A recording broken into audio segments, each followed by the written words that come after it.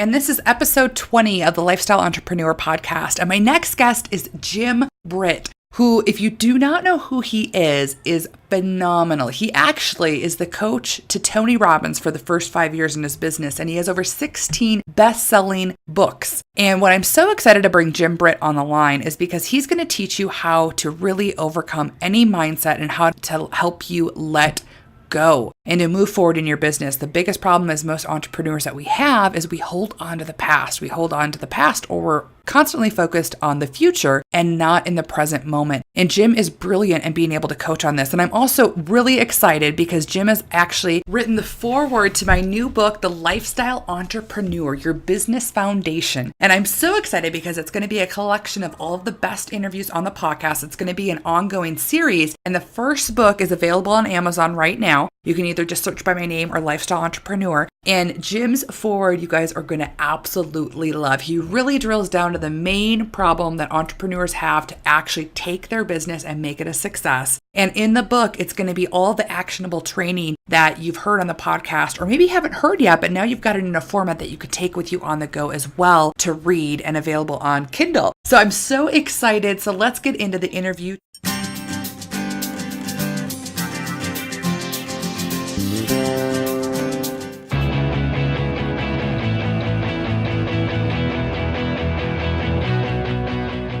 Welcome to the Lifestyle Entrepreneur Podcast. I'm your host, Kris Gilbertson, and I'm an author, speaker, and a coach to teaching you how to launch your own successful podcast. And the reason I designed this show is to bring you the top lifestyle entrepreneur experts from all over the world for them to share their key strategies that they've used to launch their own businesses and allow them to live life on their own terms. So tune in every Friday for new episodes, and come on over and join the Lifestyle Entrepreneur community at www.lifestyleacademy.com.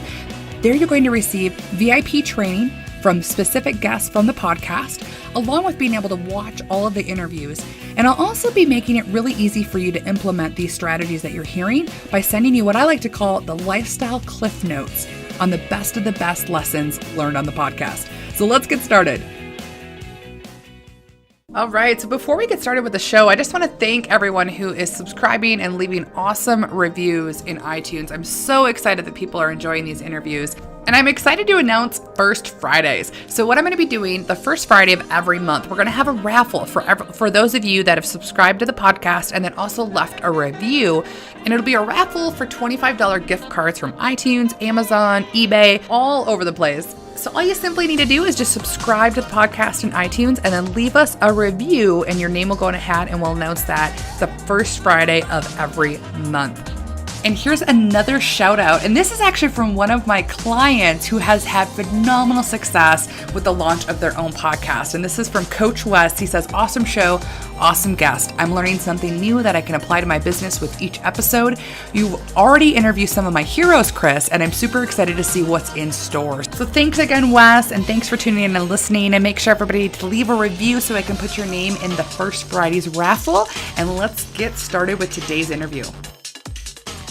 Well, welcome everyone. Welcome back. I'm really excited for our guest today, who is going to really break down and help you understand what the real traits are to success. And his name's Britt, and he's amazing. He's an internationally recognized leader in the field of peak performance and personal empowerment training. He's also the author of 16 best-selling books and programs, including Cracking the Rich Code, Cracking the Life Code, Rings of Truth, The Power of Letting Go, Freedom, Unleashing Your Authentic Power, Do This, Get Rich for Entrepreneurs, and The Law of Realization, just to name a few. So Jim is amazing because, and he was just telling me he's been traveling all over the world last week and the coming weeks, and he's presented at seminars throughout the world, sharing his success principles and life-enhancing realizations with thousands of audiences, totaling over 1 million people from all walks of life. He served as a success counselor to over 300 corporations worldwide, and he was recently named as one of the world's top 20 success coaches. He's presented with the Best of the Best award out of the top 100 contributors of all times to the direct selling industry. And he's also mentored and coached Anthony Robbins for his first 5 years in business. So Jim has a plethora of knowledge, and I'm so excited to bring him on the show today to help share with you the key success principles to helping you create your lifestyle business. So Jim, welcome. How are you today? I'm good. Thank you. Excellent. Thank you for that introduction. Yes. Well, it's such an honor and a pleasure to have you here. Thank you for taking time out of your busy travel schedule to join us. And I'd love for just to let's get right into it and tell us, how did you really get started as an expert and in this peak performance space? Well, I didn't start as an expert, so I just, I don't know if it was by accident. We all have kind of turning points in our life, and I had one. I've had many, but this one was probably the most major one that took place. And, I'm a high school dropout, so left school in the 10th grade and really didn't have any direction in life, and worked as a youngster picking cotton for about 6 years, from age 6 to about 12, with my family. And then I went from there working into a gas station after I dropped out of school, pumping gas.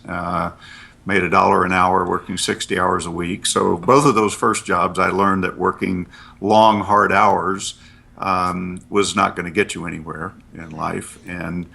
But I didn't know what else I could do, so I kind of felt stuck with that. And then I got invited to work kind of an upgrade, they told me, in a factory on an assembly line, which did feel like an upgrade because I only had to work 40 hours a week, made $1.67 an hour.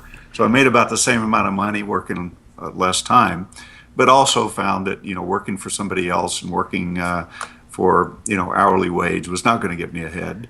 I looked ahead and I figured that at retirement age, if I'd have stayed at the factory, I could have retired about 20 years after I died, so with enough money to live on. So didn't have much future, but got that turning point happened about midnight one night when I was working the midnight or swing shift, they call it, and I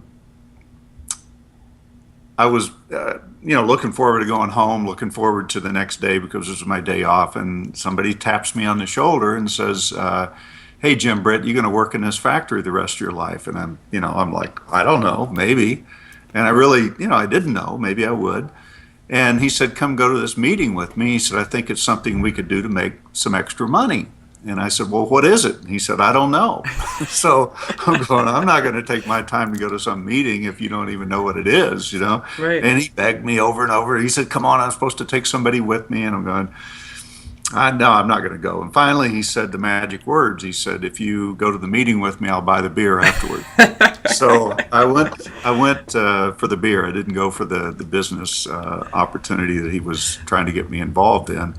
But little did I know, the first half of the meeting, I couldn't put it all together. I couldn't figure out why I was there or what they were talking about or how that was going to make me any money. And the second half, a different speaker gets up and starts talking about how you make money. And about halfway through his talk, man, I sat up in my chair and I said, "I can do this." And I kept repeating to myself, "I can do this." And by the time he finished, I said to myself, "I can do this, I'm going to do it, and I'm going to get rich doing it." Wow. And I didn't even know what rich was. It was making more money than I was making anyway. And long story short, there's a lot of funny things that happened, but I got started in that business.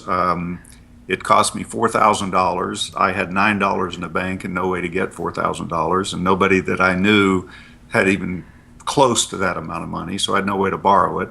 And I had no equity and, nothing, $9 in the bank.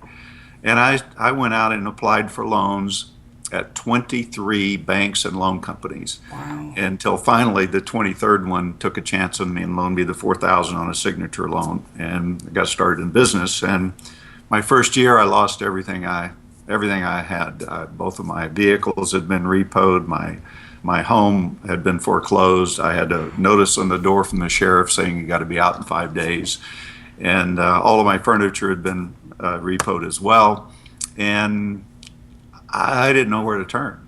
And my dad came by, and I remember him saying, you've got to go back to the factory. Mm-hmm. And I looked at him and I said, "Dad, I can't." And he said, "What do you mean you can't?" And he said, "They'll take you back." And I said, "No, I can't retreat. Yeah. I didn't have it in me to go back. And as a result of that commitment, I believe, it was like a series of miracles happened over the next 5 days. Probably the first miracle was that I got offered through a client, somebody that had purchased one product from me. I got offered an opportunity that was really just out of nowhere, and that opportunity put me in a $300 a week income, a vehicle to drive, a 3-bedroom furnished apartment to live in. And, so here those are the things I needed. I had a wife and a family, and I had no place to go. Yeah. And so the second miracle, which was really the big one, was somebody showed up and at my door and sat with me for 2 hours. A mentor, coach. We didn't have a name for it back then, but he taught me what I was doing wrong and what I needed to do, and shared with me a half a dozen things I should be doing every day to make my business work. And the next month I made $2,500, and back then that was a lot of money. That was almost a year's wages for me. Wow. The next month I made over $6,000. By the end of the first year, with both opportunities combined, I'd made just under $1 million. So here I am, 23 years old, a millionaire, and a year earlier I lost everything I owned. So taught me a lot, but that's how I got started. That was, I got the bug, and that was my last job, and have never worked since. So, yeah. That's just an amazing story. It really is. And I give you so much credit for especially when you're sitting in a meeting like that and you're like, I'm going to make this happen. And then you get out there and you're doing all this work and it's just not going the way you want it to, but still staying the course, because once you cut that off, the universe does start to provide for you. So let's get into that, because I know our previous conversation before we talked, this is a big problem that a lot of entrepreneurs have, and it's really what they should be doing in their business on a daily basis to get them where they want, because you can't just think positively and have everything appear. And so what are you have really fine-tune this and figured out what it is and what people need to do and shift in their businesses. So I'd like for you to go over the 6 traits that all successful entrepreneurs have in common that you see, and how you've coached all these entrepreneurs around the world, even Tony Robbins, on how to become effective. Well, I didn't always actually define these 6 traits until not too long ago. I kept hearing people talk about the economy and businesses down and all of these things, and I mean, you still hear it every day. Right. And I thought, well, I'm not having a problem, and I know other people that aren't having problems, and I know a lot of people that are having problems. I'm going, well, maybe I'm odd, maybe I'm weird, maybe I got something that somebody else doesn't have, or I didn't really know for sure. Right. But I'd look back at my life and go, okay, well, these are some of the traits that I have, some of the things that I do. Well, about 3 years ago, 2.5, 3 years ago, I set out and interviewed 12 mega millionaires and 1 billionaire. And so I spent a couple hours with each one of them, interviewed all of them to find, and they were in different industry, different categories. Some were in real estate, some in traditional business, some online marketing. All 12 of them had a different industry that they had made their mega million in. Some on television. 2 of them was off of the hit show Shark Tank on TV. Kevin Harrington and Barbara Corcoran were 2 of the 12. And so as I'm listening to the interviews, I'm realizing after about 3 of them that these 3 had the same traits. Wow. And as I listened through all the way through, each one of them, they all had the same traits. I'm going, wow, different industries, different products, different methods of marketing, but all have those traits in common. Mm-hmm. So what I discovered is that if you have these 6 traits, that they really apply to anything you want to accomplish in your life. It doesn't matter whether it's making more money, developing a business, having a better relationship, losing weight, quitting smoking. It doesn't matter what it is you want to do. These are critical in order to accomplish them. So I'll just start out the first one, and if you got questions, we go along. Let's discuss it. But the first one is, and they're pretty simple. Okay, first of all, they're pretty simple because, well, I've got a 10th grade education, so I don't get into big words. So I got to keep Thank you. on a simple level so everybody can understand it. But the first one, if you want to change, you have to have a desire to change. And now I looked at that and I thought, I think everybody has a desire to change, but something happens that they just don't do it. I mean, you can ask almost anybody. You can ask somebody that's homeless on the street, and most of them have a desire to change. Some don't, but anybody in society, myself in the factory, I had a desire to change. When I was picking cotton as a 6-year-old, I had a desire for change. Right. But I didn't know what I could do about it. I mean, that stops a lot of people. But also, people are, I call it a disease. They have what I call static action disease. They want to change. They go out and they get motivated. They go to a seminar. They listen to an interview. They read a book. They do all of the things that inspires them to want to take that desire and put it into action. And then they go home at night after the event or after reading the book, and they wake up the next morning and they go static. They really don't apply what they've learned. Mm-hmm. And there's reasons for that. And it's one of the later traits that I'll get into, but basically people become literally addicted to who they are. And when they go to break out the change, they're coming face to face with their addiction, and it's just like a drug addict saying, "Well, I'm not going to take this drug anymore." And well, until I get a little stressed out, and maybe just a little bit, Yes. And so we sink back into our old ways. We keep talking about how we want to change and our desire to change, and we want to make more money, but then we turn around and we take our pay raises and buy a bigger TV so that we can be more comfortable in our misery. So, and we just stay there.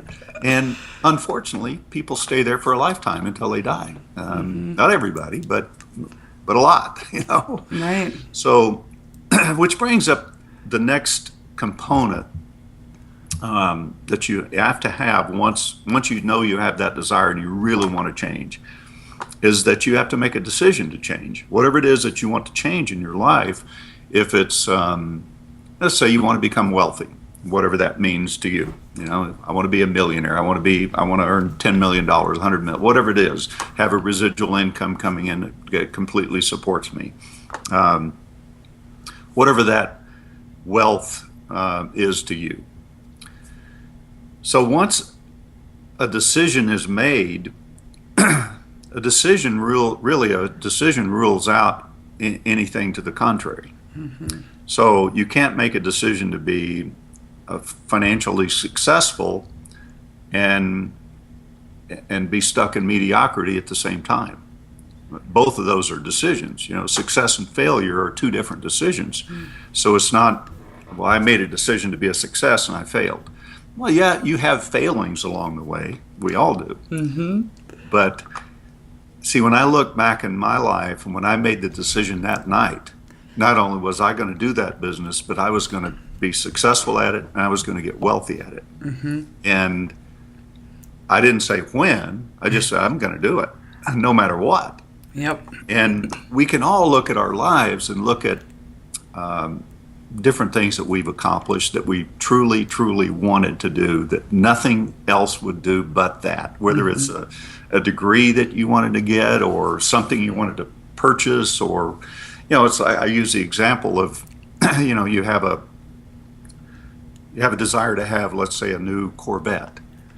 So you save your money and you want to pay cash for it. So you just put your money in a shoebox and finally you get your $70,000 or whatever they cost these days, and you take that shoebox down to the Corvette dealer, Chevy dealer, and say, I'm here to buy a new Corvette. I want it to be black. I want this interior, this, fully loaded. And they say, I'm sorry, but I don't have a Corvette. We don't have any. In fact, None of the dealers have Corvettes. In fact, GM is on strike, or the government took it over, and they no longer want you to have luxury cars or sports cars like Corvettes. So we don't make them. So then the salesperson says, "But come on out here. I got a deal for you." Right. Now you got a Corvette mindset. You've been saving for this in a shoebox for years, and you finally got the money, and you walk out there and you say, "See this nice little Chevette here? We can put you in 7 of those, 7 different colors, one for every day of the week for the same amount of money. Can we wrap these up for you?" Now, if you had a Corvette mindset, that wouldn't work for you, would it? Right. No. No, you'd say, "I'm not driving a Chevette. Yeah. I've been saving this for 5 years." Yeah. So, but some people do buy Chevettes. And I think they make them for people who don't make decisions about what they really want in their life. Yeah. So they just end up taking what they can. What they can. You know? What they can. So, yeah. When you make a decision, it's got to be so planted, so firm in what you want that nothing else will do. But here's the problem with decision, is that your mind goes to work on you. You know, the old programs, the addictions go to work on you. When you decide to have something, you know, you want to be wealthy. And, you know, my mind might go, "You're a high school dropout. You know, you don't have any education. You don't know anything about business. You got $9 in the bank. You don't have any money. Where are you going to come up with this?" All of these things start happening in your head. Yep. Instead, you see, a lot of people believe in the law of attraction. I don't believe in it myself. I don't believe it works. In fact, I wrote a whole book on it and proved that it actually can't work. What works is when you decide to have something, your view of the world changes. And if your decision is fuzzy, your view of the world's fuzzy.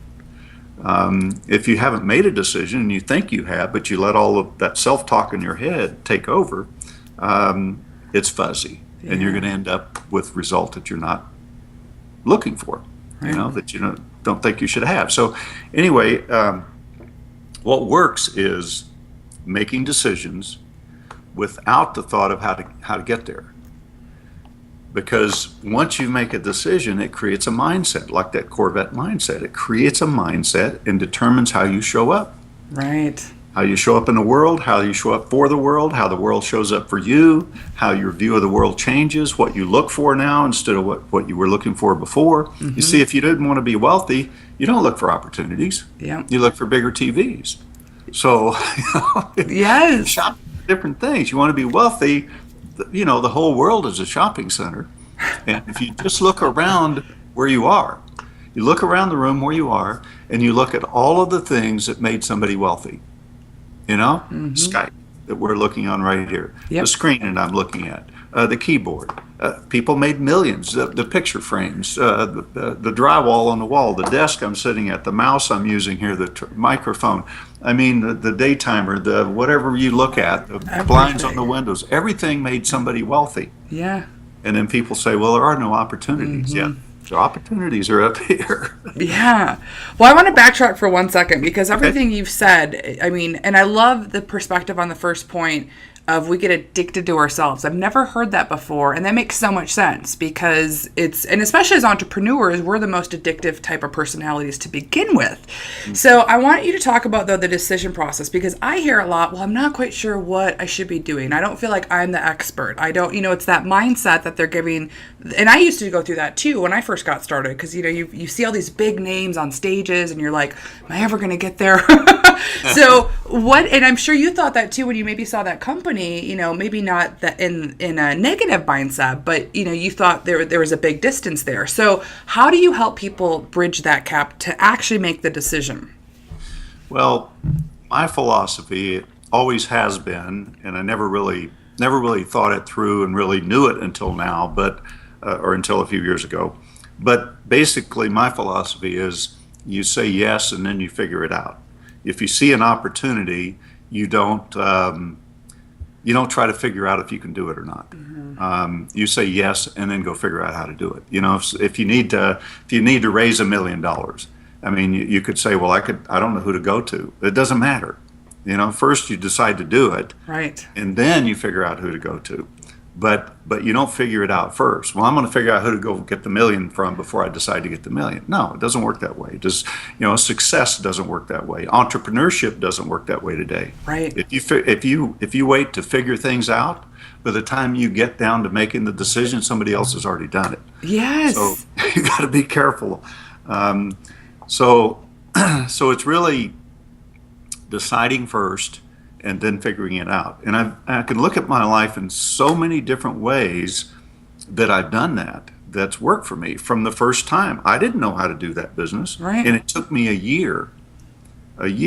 Now, I had to go out. It was a direct selling company. I had to go out and talk to people. That was my objective. I knew I had to do that. I didn't know how to do it. I mean, I'm a factory worker. No sales experience, anything like that. So I set my objective to talk to 10 people every day. Mm-hmm. And I quit my job, went full time at this business, and I went out and talked to 10 people every day. And back then we had no tracking systems, no software, no computers. So I literally put 10 beans in my pocket every day. And every time I talked to somebody, I flipped the bean away. So that was my tracking system. Yeah. By the end of my first year and losing everything I owned, but yet I had talked to a minimum of 3,650 people. So I had 3,650 reasons to quit because I got rejected every time. Right. But I tell you what I got good at, talking to people. Mm-hmm. So that really, the benefit from that was huge. Yeah. I mean, if I'd have became really successful, really fast, I might not have been very good at talking to people. Right. But now I am. Right. Now I'm one of the best networkers as far as meeting people and knowing people around the country and around the world. I mean, that's my business, Mm-hmm. Yeah, it's so brilliant, and I love that you talk about that too, because I think a lot of people, when they look at successful people and they see people come out of the woodwork out of nowhere, it's the skill sets they've learned in the past that have helped them. There's no such thing as an overnight success, and what you've learned there has just quantified. So then let's go into let's see, we're on the third step then. So we've talked about really, making, what was the first one's desire, having the desire, decision. Then making the decision. So yeah. Now we've made the decision, but now the head drama comes up. So what do we do? You gotta, the next step, the next two kind of tie together, but the next step is you've got to be bold. You've got to really be bold. I'll tell you a quick story. The other opportunity that came to me during that 5-day period that I was about to live on the street, there was a customer. I was selling cleaning products, so there was a customer I had that had purchased some products from me, and he owned a whole bunch of apartment complexes, and he was a developer.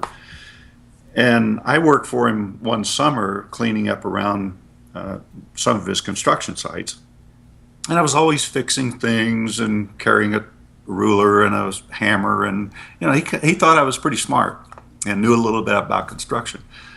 So that day I needed some money and I had none.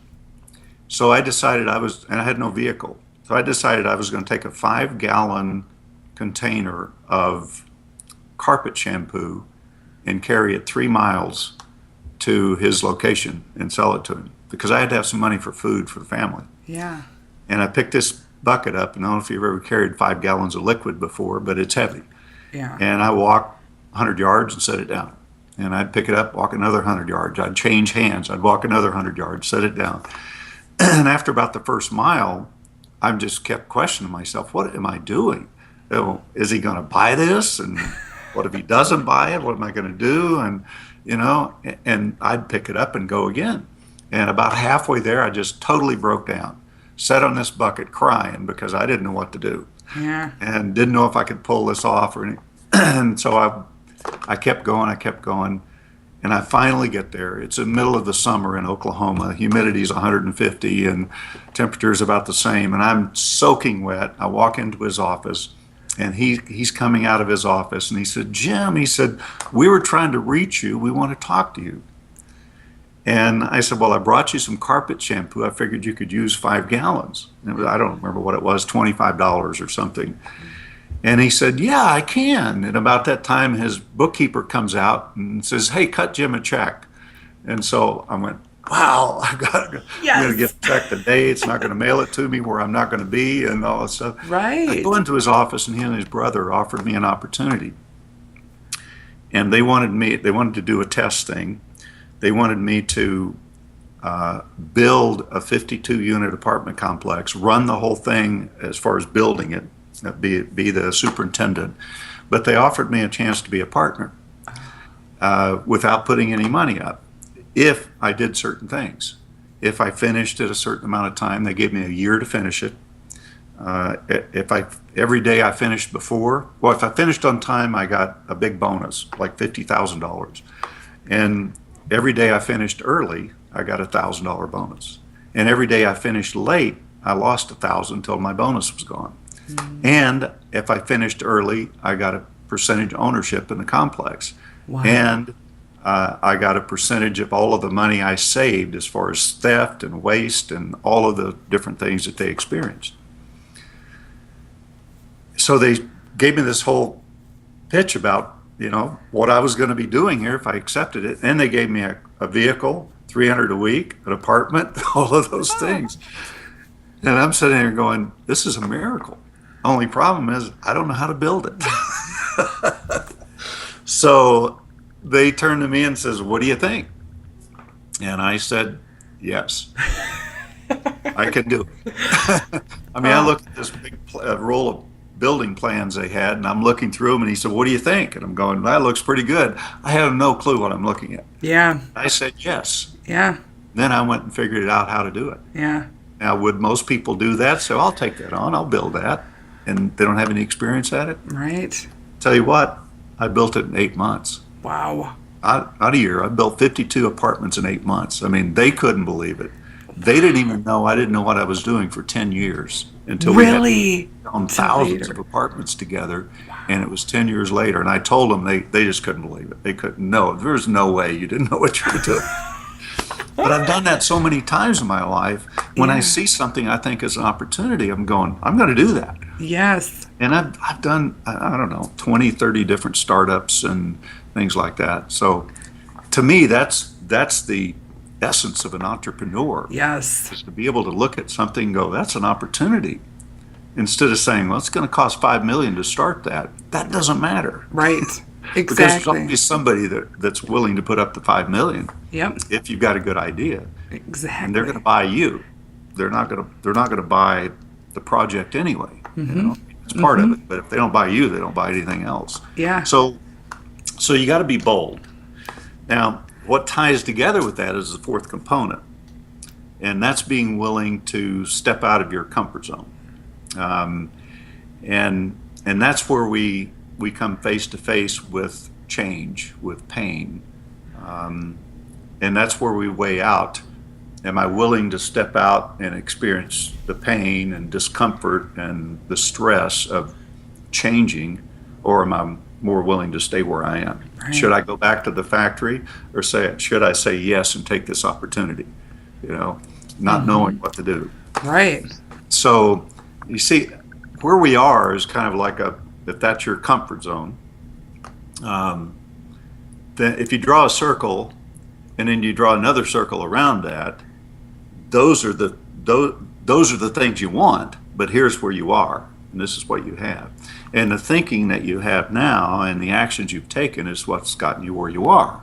But if you want to go where you want to, on the outside of that, you got to be willing to experience some discomfort, because all growth is associated with some discomfort because you're learning something new. Mm-hmm. It's challenging you. So I tell people that anything you want is just about 1 inch in front of your nose, about 1 inch in front of your comfort zone. Just get out of that little circle, just a little bit. Mm-hmm. And the more you get out of it, the more you're willing to get out of it. Right. That's a really good point there too. Because it starts to be a habit then, and you start to just keep pushing the envelope.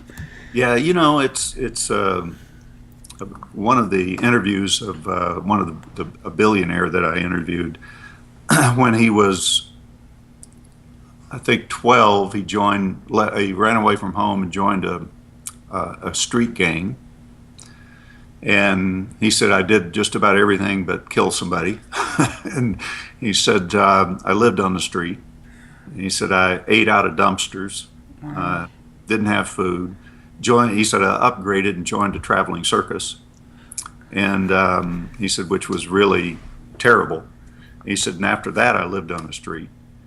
And no education, no business background, no nothing. And somebody took a liking to him and funded an idea that he had with $13,000, and he turned that into $3.6 billion. Wow.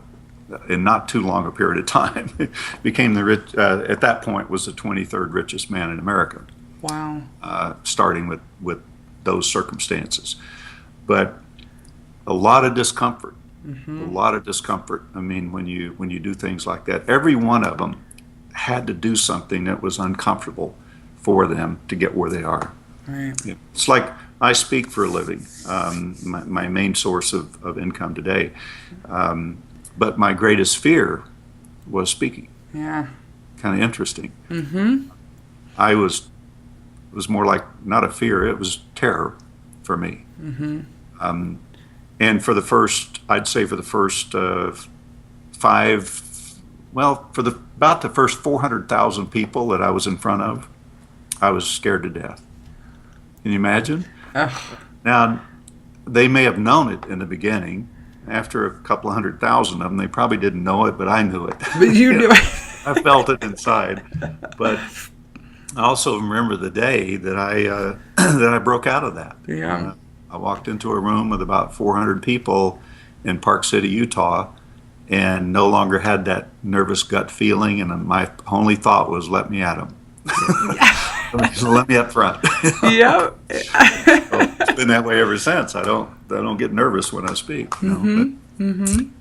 But every time I was stepping out of a comfort zone a little bit more, and then I'd look back and I would ask myself, how did I do that? How could I have done it better? Right. And I tried to make improvements every time. Right. Didn't always do it, but I always tried. Yeah. So. Yeah. So that's step number 4, and it's a huge one. Is stepping out of that comfort zone. If you're not willing to do that, you'll end up sinking right back. Yeah.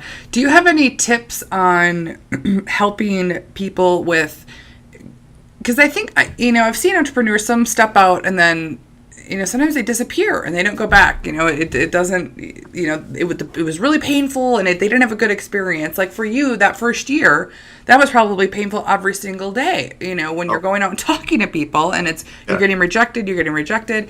So what tools or strategies did you help with your mindset to overcome that, to keep going?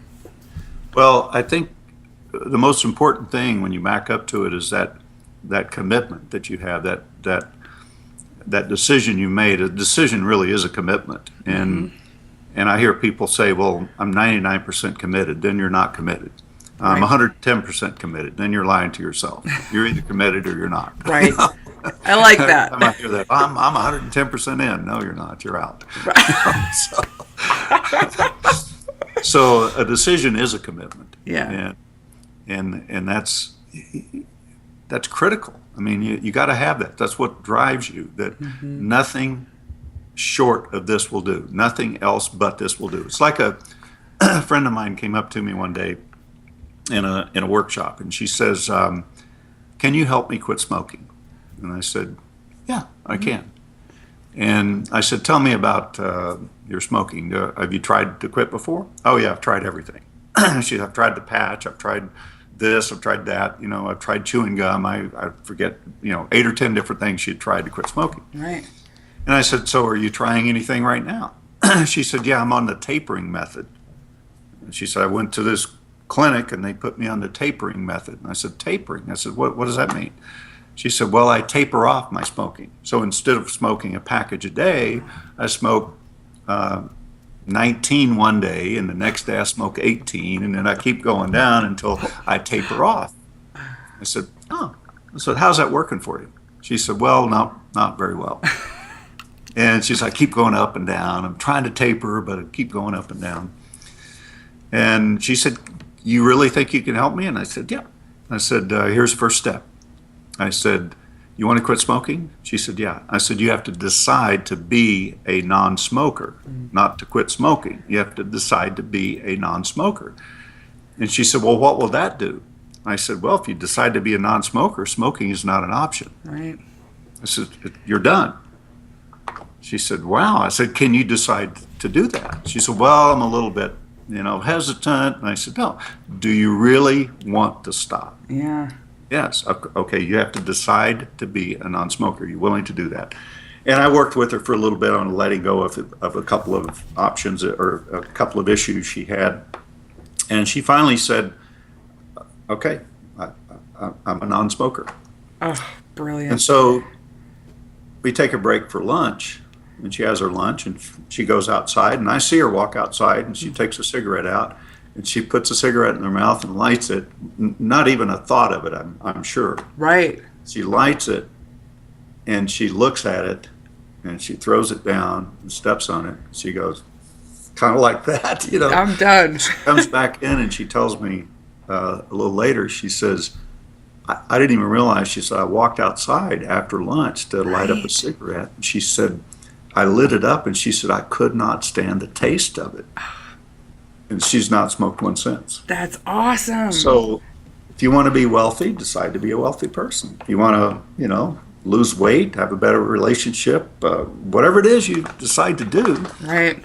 It's got to be, you got to commit to it. Well, and there's so much behind what you just said, because like you were saying earlier, and everybody for the book, we'll have all of this in the show notes, because what Jim talks about, how the law of attraction doesn't work. It's not making a decision and then just sitting around thinking that you're going to attract stuff to you necessarily. She took action by not smoking and getting out of her comfort zone and realizing she was in a habitual, method. And so that decision is so much deeper than just, I'm just going to do this. It's a lot of, just like what you're explaining. And so I think it's absolutely brilliant, because if you can make it non-negotiable, what did you say? You don't tolerate it. It's exactly. Out of the, yeah. And I love how you flipped it to, I'm a non-smoker. It's not like I'm going to quit smoking. I'm a completely different category, which I think is really brilliant for our brain and for our mind, because we need to dissociate that, because if it still has any connotation with the action in it, I think that's brilliant. I just love it. A decision like that creates tension in two ways. It creates it removes tension, number one. Right. It removes tension, which is the outside interference with what you've decided to do. Right. And once you're committed to it, then the outside noise doesn't matter, because you're still on track. Just right. like the 3,650 people my first year that rejected me, I just kept going. Yep. I just kept going because I had it in my head, I'm going to do this, I'm going to get wealthy doing it. Mm-hmm. So it removes tension in a way, but at the same time, it creates tension, and the tension it creates is more of a structural tension right. that gives you a path to run on, a track to run on, that leads you down that. It's almost like you're being pulled down it in a lot of ways, because you're not going to get off. Mm-hmm. So it's that decision is really key. See, I went for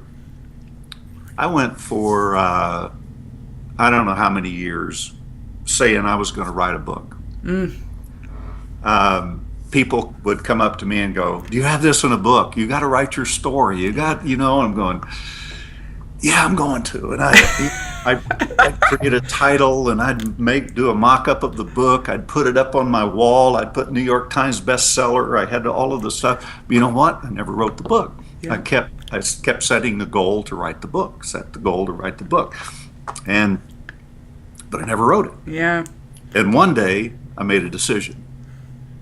And 14 months later, my first book came out. Now, looking at it back then, I'm going, the reason I wouldn't decide to write it because I didn't think I could write. English is my worst subject in school. That's why I dropped out. Yeah. So I had it in my head that I couldn't write. So my first book, I hired somebody to help me because it was my story. So I talked, they typed, and then we edited together, and came out to be, in my opinion, the best book ever written. It's fabulous. I mean, it really will blow you away. It's called Rings of Truth, if you get a chance to read it. You can't escape the book, and it's mostly a true story. But my next book I wrote in 30 days, 300 pages in 30 days. Boom. I figured, well, I can write 10 pages a day. 30 days, I got a book. Yeah. And almost all the rest of them, except for a couple of them, kind of the same thing. I just decided to do it. Yeah. Done. Yeah. So people ask me, do you set goals? I'm going, no, not really. I said, well, don't you write your goals down? I said, why would you write them down? Are you going to forget them? See, once you've decided to have something, there's no need to write it. That's just mental gymnastics that you're putting yourself through, hoping that writing them and putting them up on the wall someplace or in front of you is going to help you get them without making the decision. So make the decision. A goal to me is Exactly. the 10 pages a day. That's the goal. But the decision's what drives the 10 pages a day. Right. I just have a little different. It just makes so much sense though, because I mean we get into this process of just doing to do, and things that we've learned that have become habits that aren't moving us towards where we want to go. And I mean, I've been guilty of that. I mean, I actually have something up here right now. I'm just thinking about that. I'm like, that's right. It's just up there. I haven't made the decision on that one. So yeah, that's absolutely brilliant. So it's just to wake yourself up out of the things that you've created around that are your habitual habits, and realizing, wait a second, even just changing a few terms and a little of your positioning on things can just be a world of a difference. Absolutely. So it's amazing. So the next step is that you have to always be willing to take action, because nothing is going to happen without action. You got to take it. And you're going to come face to face with your comfort zone. You're going to come face to face with having to step out and do something that other people aren't willing to do. You got to be a little bit bold. You'll come face to face with your own decision-making process, but everything requires action. Mm-hmm. Nothing is going to happen without it. You're not going to sit at home and attract something to you. If you could do that, you could be driving down the highway in the middle of nowhere and say, I need a hamburger and a soda. It'll appear on your console. It's not going to happen. Unless you have State Farm insurance. I think the law of attraction is interesting. I used to teach it, actually, back in the 70s, as far back as the 70s. But then I discovered that through quantum physics, it actually can't work. Well, I shouldn't say that. It's possible, but the likelihood is about 1 trillion to 1. Wow. So probably don't want to go with, probably even more than 1 trillion to 1. So what are your thoughts on, because manifesting is a big topic in recent years. Well, maybe not recent years, just for my awareness. But what is the difference between manifesting and then the law of attraction, or is there? Well, it's probably a terminology, and maybe some people look at the law of attraction as manifesting. You just manifest something. To me, it's like magic. It shows up. It's a miracle that took place. It's you attracted that situation to you. I mean, even the law of attraction says, if you're at this corner and you have an accident, you created that. You attracted that. Right. I don't believe that. Yeah. Here's what I know to be true for me. And first of all, let me just say that I think the law of attraction had its place. And I think the place was that it got people to take a look at themselves and take responsibility for how they feel and how they're thinking and what they're putting out to the world. Right. Where I think it misses is where it says if you think it really hard, it's gonna come to you. Right. Well, it's not.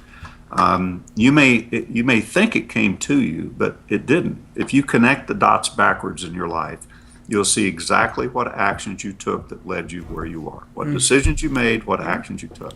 So it's always about action. It's always about decision and action. And everything we have is based on decision and action. Not on, even if you don't have, it's based on decision and inaction. Right. But that's an action also. Exactly. Inaction is an action. I chose to take this action and sit on the sofa and Yeah. chips. Yeah. I tell people that sofa's a giant carbohydrate. Don't sit on it too long. Exactly. I love that. So it's all about action. It's about decision and action. Yeah. And in the process there, you come face to face with your comfort zone and your inabilities and shortcomings and things that we've got to overcome and move past, our fears. So that's number 5. And number 6, I was on a panel at an entrepreneurial seminar with a couple thousand people a while back, and I was asked, if you could choose one thing that had the biggest effect on your life and on your business, what would that one thing be? And I said, learning to let go.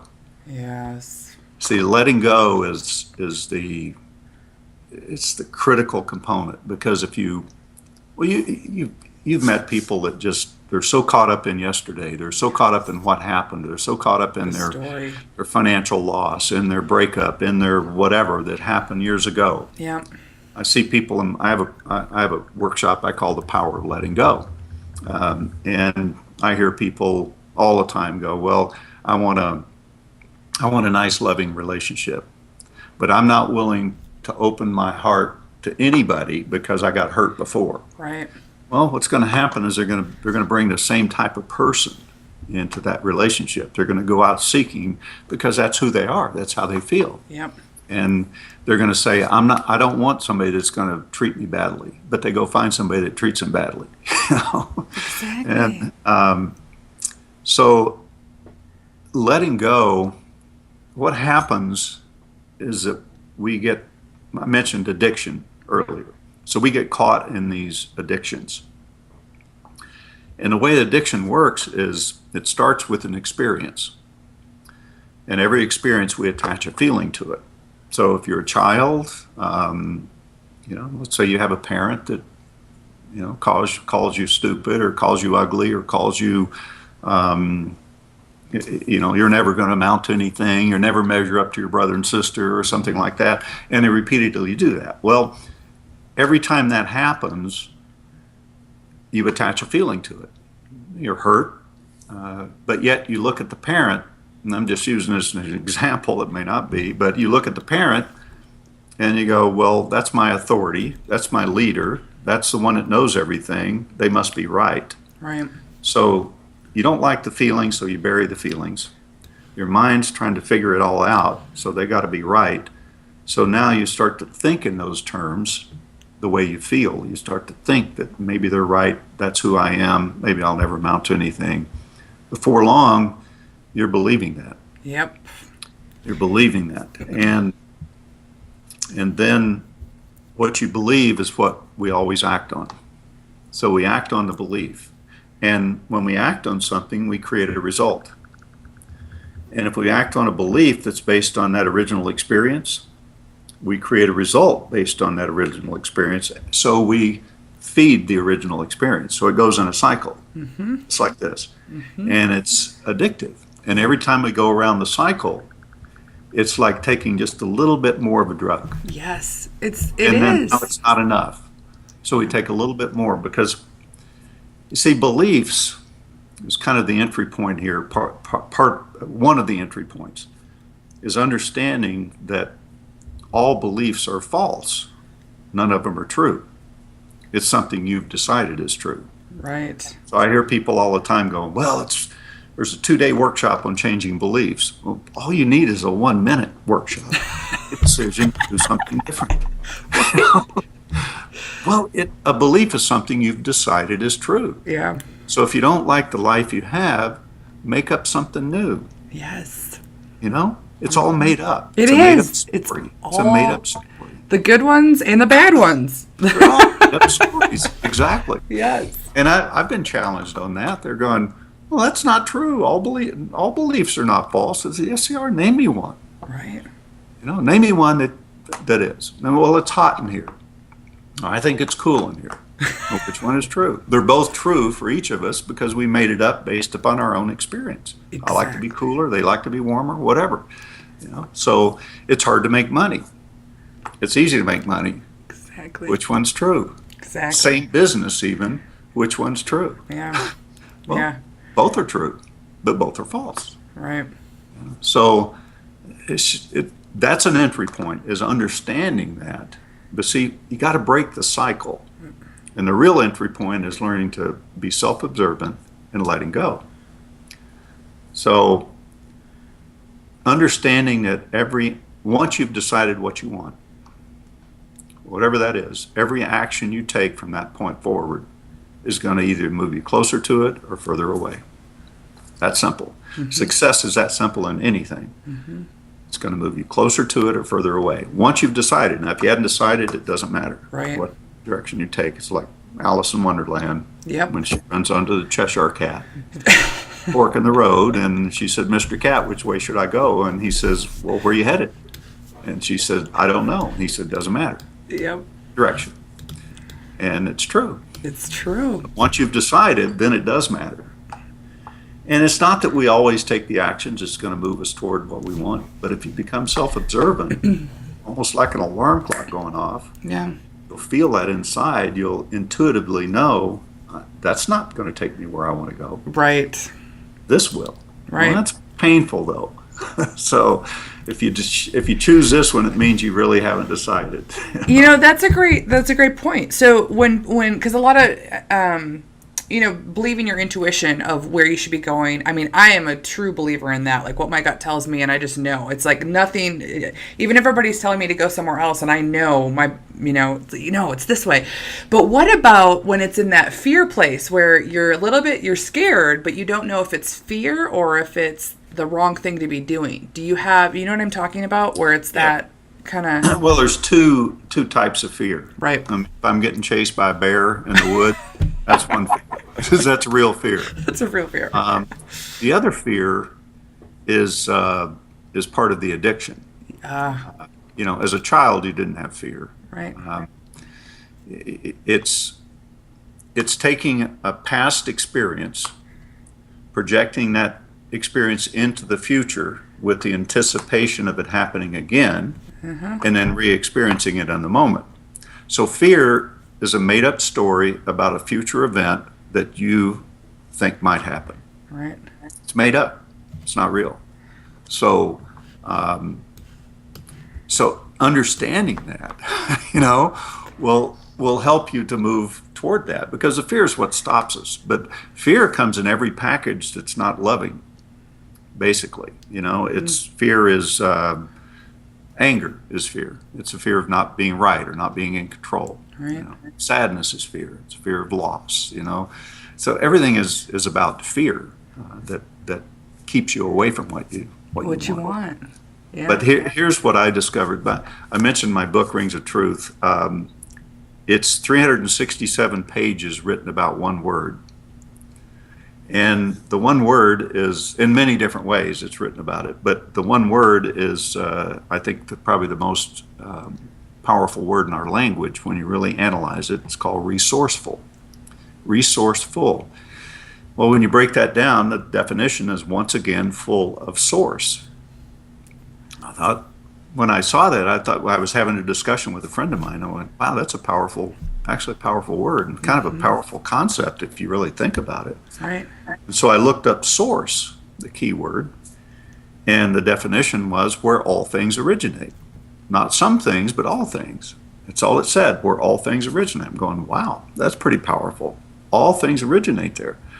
So I kept looking for another definition. I looked every time I'd see a big dictionary or any type of origin of word or something like that.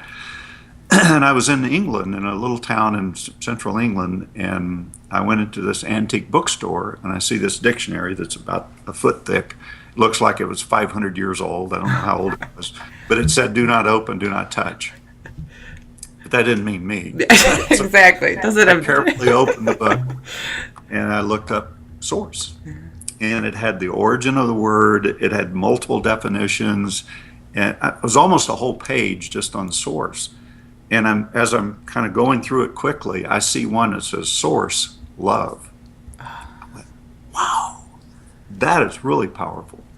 Once again, full of love. Right. Then I really thought about that for a long time. And I think, when you make a decision, what you do is fall in love with it.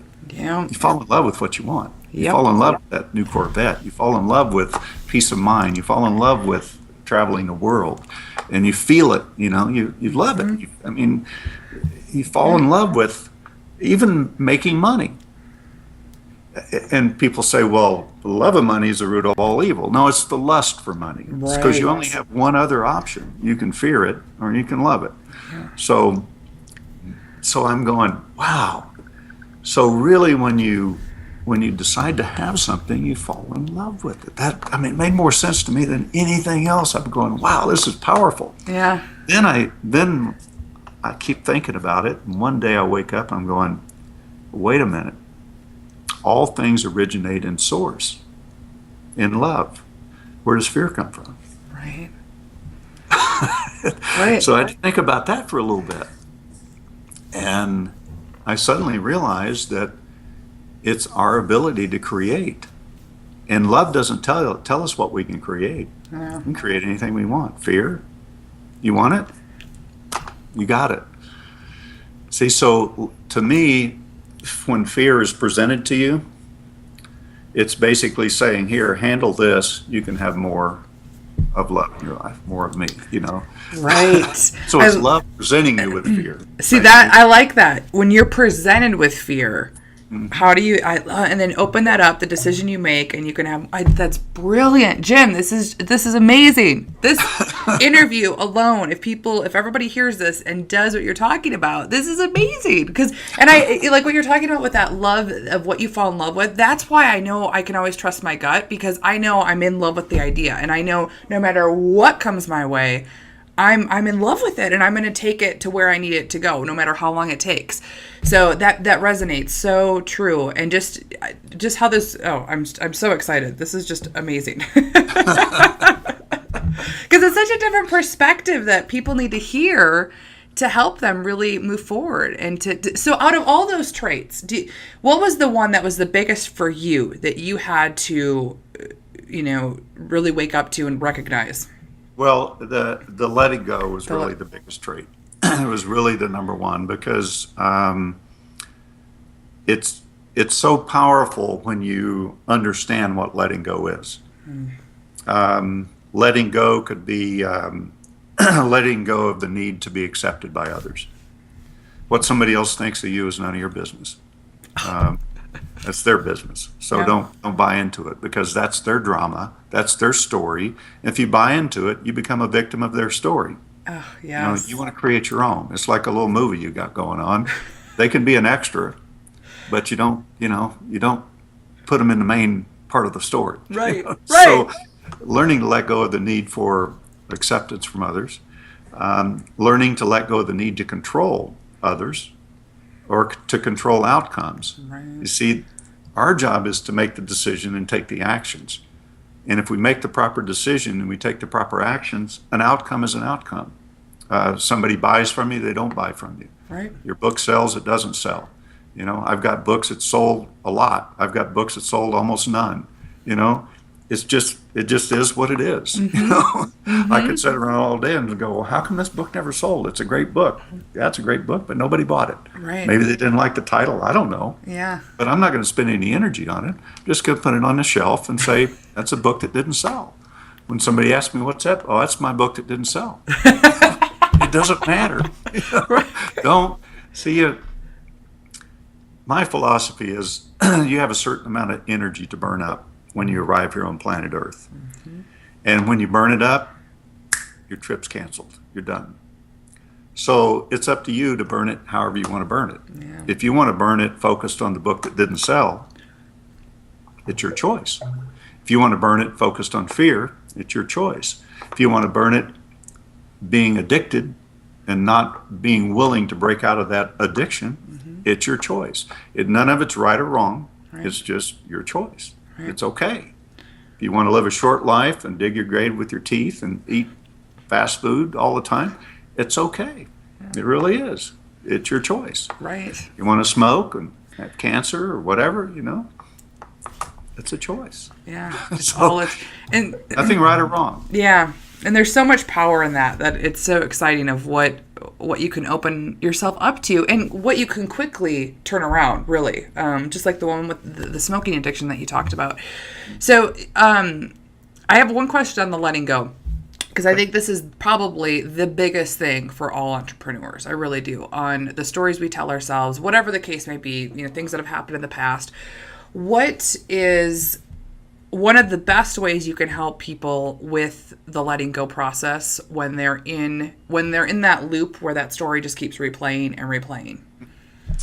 The best entry point really is self-observation. Now, there's a difference between self-awareness and self-observation. Self-awareness is understanding that you're in a dilemma, in a conflict, in a fear, or whatever. You can feel yourself being angry or fearful or holding back. That's self-awareness. That does very little on its own. Right. Self-observation, on the other hand, is like if you get in an airplane and you're flying through the sky at 600 miles an hour in this little aluminum tube, does that make you an airplane? No, but you can observe yourself being in that airplane. Yeah. You can observe yourself sitting in the seat riding in that plane. So the same thing. It's self-observation, and then you ask yourself, okay, there I go feeling that again. So now you've separated and you're looking at yourself instead of just feeling yourself. Right. There I am that. Being angry again. There I am about to do this thing that's going to take me off in the wrong direction again. Mm-hmm. And there I am. Is this action? What's the result of this action? If I take this action or this action, which one? So you're observing. You're becoming observant of yourself and your actions and how you think. And you could observe all kinds of things. You can observe your thoughts. You can observe your language, which is really powerful. When something comes out of your mouth, the word. When you take a series of letters and put them in sequence, and make a word out of it, that's called spelling. You spell a word, right? Right. Well, if you look up spelling in the dictionary, the definition is to cast a spell. So words cast spells. I'm casting a spell right now. You're casting every time we talk, we're attempting to cast a spell. That is powerful.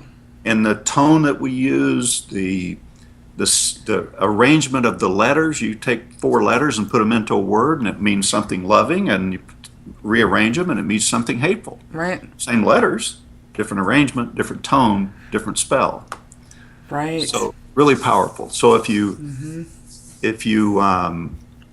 take a series of words and put a period at the end, what do you have? A sentence, a whole spell. A sentence. Yeah. So you have, let's say you tell your child that they'll never amount to anything, period. You've just sentenced that child to a life of thinking they never amount to anything. Mm-hmm. See, I'm casting a spell on you and the listener, but I'm also casting one on me because I'm the one talking. Right. So I get to hear it and say it, which is, so if my suggestion is, if you're going to come out with something that's not empowering for you, keep your mouth shut, your tongue still. Don't say it. If you think it, that's one thing, but if you say it, well, it goes to a whole nother level. Yeah. So it's really observing yourself and how you are around people. Mm-hmm. Let's say you feel nervous around people. Observe yourself being nervous and ask yourself, why are you nervous? What do you want somebody to accept you? What's the bottom line to that nervous feeling? If you're by yourself, observe being alone. How do you feel when you're alone? Yes. Do you need to be with somebody? You're okay with yourself? Do you love yourself? those things will break the cycle. Yeah. So you got to enter into that cycle. And then you got to decide, I'm doing something different. Right. And keep breaking the cycle. So letting go, use breath. A good example, let's say you're late for an appointment and you're rushing to get there, and it's a very important appointment, and you're running a little bit late. Somebody cuts you off on the freeway, slows you down, and you get more tense, more anxiety built up because you're afraid you're going to be late. Finally, you get to your appointment, you reach for the doorknob, you look at your watch, and you say, wow, made it on time. We just take the deep breath and let it out. Well, Right. see, all that anxiety was built up inside. That's energy. And the deep breath relieves it just before you walk in. You're nervous about meeting somebody. Okay. Yeah. See? Yep. It moves energy. So all that addictive cycle is energy patterns, is all it is. It's just energy. It's nothing to fear. It's just energy that's built up in patterns. So when you observe it, you diffuse it. Yeah. This has been absolute. I mean, I've taken way more time than we talked about, but this has been brilliant, Jim. I truly, truly appreciate it, because that cycle is what holds probably most people back from everything. Yeah, everything that you could want in your life, and this is just brilliant. So the last question I have for you, the $1 million question: if you had to start over today from scratch, not knowing anybody or having any of the resources that you have today, just your knowledge, what would you do to rebuild your empire? Well, the first thing I would do is make a decision that I was going to rebuild it. Make a decision what I wanted to do, not necessarily how I was going to get there, but make the decision of. In fact, I was just faced with it recently. Not exactly that, but the speaking industry there's been hundreds of thousands of people enter it in the last 5 to 7 years. Right. Well, it means, and then you got social media and you got the internet, and most people went toward marketing on the internet and social media. Yep. So now you're in a sea of people doing the same thing. So what sets you apart from those people? In fact, how do you even get found other than through referrals and past clients and things like that? Right. So you've got to always look at reinventing yourself. And that's what I've been doing in the last 4 to 6 months, is looking at how to reinvent myself. Mm-hmm. So you're going to see in probably the next 6 months, in fact, you'll see in the next couple of months, a whole new marketing approach to seminars. And my prediction is you'll see some seminars that I'll be promoting that'll have 1,000, 5,000, 15,000 people attending. Mm-hmm. But it's a whole different way to get to the people. They want to come to the seminars, but they're in that sea of which one do I go to, and right. As a result, they don't make a decision to do any. That's true. Because they think all of them are the same, So yeah. You've got to reinvent yourself, but more than anything, if you're gonna do it again, you've got to decide to do it again. You got to keep swinging the bat. If you fail at something, that's okay. It doesn't matter. It's not you. It's just an experience you had. So make a new decision and keep moving forward, or keep the same decision and keep moving forward. Yeah. And you'll find opportunities really showing up on your doorstep, because you'll start to view them and see them differently. Yeah, it truly is powerful. And I know when that shifted for me, and it's not like you said, just all of a sudden waking up and it just happens the next day. It's connecting the dots from the past of what the action, and you can see, oh yeah, I did that. I talked to that person, then that, and then like, oh, it all adds up. You did the time frame, maybe months or years, but it all adds up. So it really, yeah. it truly is. It's amazing. So I just thank you so much for coming on here. This has been absolutely brilliant. And if you'd share with everybody where they can go find out more about you, that'd be fantastic. Well, you can go to jimbritt.com. That's JIMBRITT.com. That's my website. And I'm on Facebook as well, facebook.com/JimBrittOnline. And if you want a Power of Letting Go webinar, that's free. It's about an hour long. It'll show you the addictive cycle, and I've had people go there and say, wow, I thought I was okay until I saw that. So you'll find yourself in that cycle, but go to poweroflettinggo.com Yeah. and you'll have a webinar there that you can view and get some great ideas from that. So Yeah. yeah. Well, and I'll have everything in the show notes. We've got incredible tweetables and quotes from everything that you've said here, along with the trade. So I can't wait to share it. But thank you so much again, Jim. It was a pleasure having you here. My pleasure. Thank you. And I hope you enjoyed that episode. I'd love to get your feedback here for the Lifestylepreneur podcast right in iTunes. Simply leave us a 5-star and a review letting us know what you like, who you're interested in hearing more from, and what topics you really want help with in your business, that I can bring on those key experts to really fine tune and help you in your business and creating the lifestyle of your dreams. And I'll be giving shout outs, so make sure you put your name and your website address if you want me to share that with the community as well. And again, thanks for listening. I'm so excited that you found the Lifestylepreneur podcast, and I can't wait to connect with you and learn more about your business as we continue to grow this community. So again, have a great day, and I'll talk to you next week. Thank you for tuning in to the Lifestylepreneur podcast. Again, I'm Kris Gilbertson, and I'm committed to bringing you top training from leading lifestylepreneurs all over the world to help you break through and turn your dreams into your ideal lifestyle. And make sure to join us at www.lifestyleacademy.com to receive VIP training from specific guests I interview on the show, so that you can really easily start to implement what you've learned from listening. I know we're all busy, and sometimes we don't have time to listen to the entire podcast or take notes, because I'm always listening on the go. So I like to call it the Lifestyle Cliff Notes to creating your ideal business and make it really simple for you. So those will be sent via the email list. Plus, I also want to connect with you personally, and being on the Lifestyle Academy mailing list is where all the magic happens. We'll host VIP trainings once a month that we can't always bring out on the podcast with even more detailed information. And I also want to connect with you personally. I want to know what's going on in your business and what you need help with, and who I can bring on to aid you in creating your ideal lifestyle. And so I'll be asking questions every once in a while that I want you to reply, and I reply back to you personally. So again, until next time, wishing you on your way to achieving all of your dreams. Talk to you soon.